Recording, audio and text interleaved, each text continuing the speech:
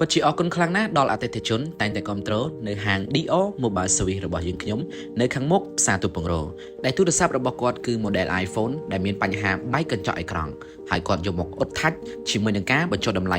50% លើការអ៊ុតកញ្ចក់អេក្រង់ចាប់ពីថ្ងៃនេះរហូតដល់ដាច់ខែមិថុនាហើយជាងរបស់យើងខ្ញុំនៅខាង Dior Mobile Service ក៏បានធ្វើការជួសជុលដោយយកចិត្តទុកដាក់និងមានការធានាត្រឹមត្រូវជូនអតិថិជនផងដែរហើយអំឡុងពេលជួសជុលគឺអតិថិជនអាចអង្គុយរងចាំយកទូរស័ព្ទរបស់ពួកគាត់បាន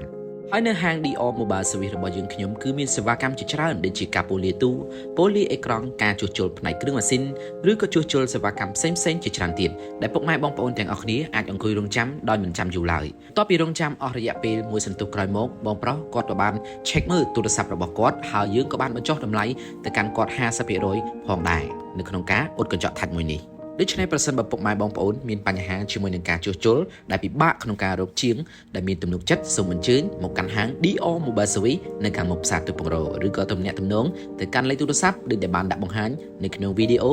ឬក៏អាចឆាតចូលទៅក្នុង page ក្រុមការងាររបស់យើងនិងចាំឆ្លើយតបទៅពុកម៉ែបងប្អូនវិញភ្លាមៗសូមអរគុណសូមជម្រាបលា